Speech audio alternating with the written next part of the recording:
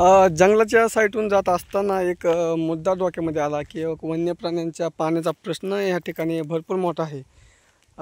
तर आपण या जंगलामध्ये आलो आहोत आणि चालता चालता तुम्हाला एक थोडीफार माहिती सांगतो आणि इथली एक रिॲलिटी दाखवतो। तर ही बघू शकता, हे एक पाणथळ आहे।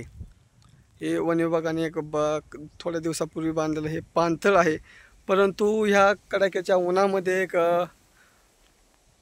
या ठिकाणी पाणी टाकणे गरजेचं होतं, परंतु तुम्ही बघू शकता इथं एकही टँकर पाणी टाकलेलं दिसत नाही।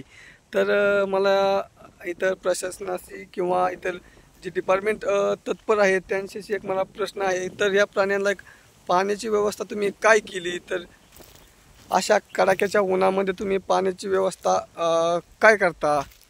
हे संपूर्ण उन्हाळा आहे, एक 41 डिग्री सेल्सिअस असलेलं इथं ऊन आहे टाकळी खंडेश्वरी गावामध्ये। तर तुम्ही असे प्रश्न निर्माण होतात तेव्हा तुम्ही काय करता? पाण्याचे प्रश्न तुम्ही कसे सोडवता?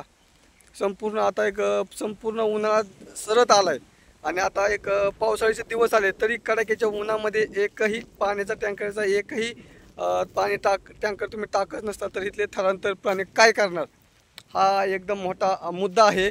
तुम्ही बघू शकता ही पाणथळ आहे, या ठिकाणी एक जुना झालेला हापसा बंद पडला आहे, परंतु हरकत नाही, तुम्ही इथं टँकर टाकणं गरजेचं होतं, परंतु ह्या ठिकाणी टँकर टाकलेले दिसत नाहीत आपल्याला।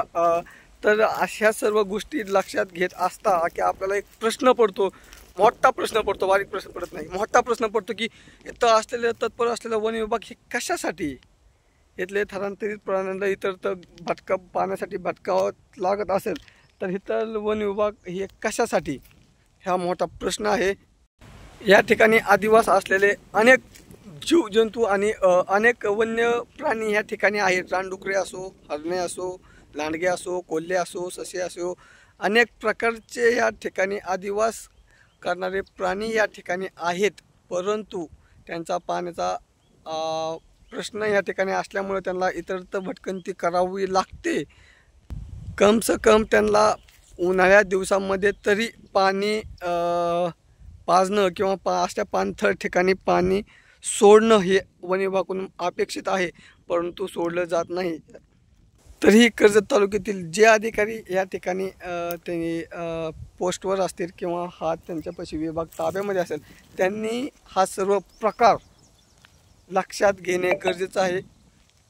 उन्हाळ्यामध्ये अशा प्रकारचे वन्य प्राण्यांचे पाण्याचे प्रश्न जे हे गंभीरपणे उभे असतात। अशा वेळेला मला एक प्रश्न पडतो, येथील प्रशासन किंवा येथील विभाग असेल, जो काय विभाग असेल, तो काय झोपी गेला का? हा मला 100% प्रश्न पडतो, तुम्हालाही पडत असावा।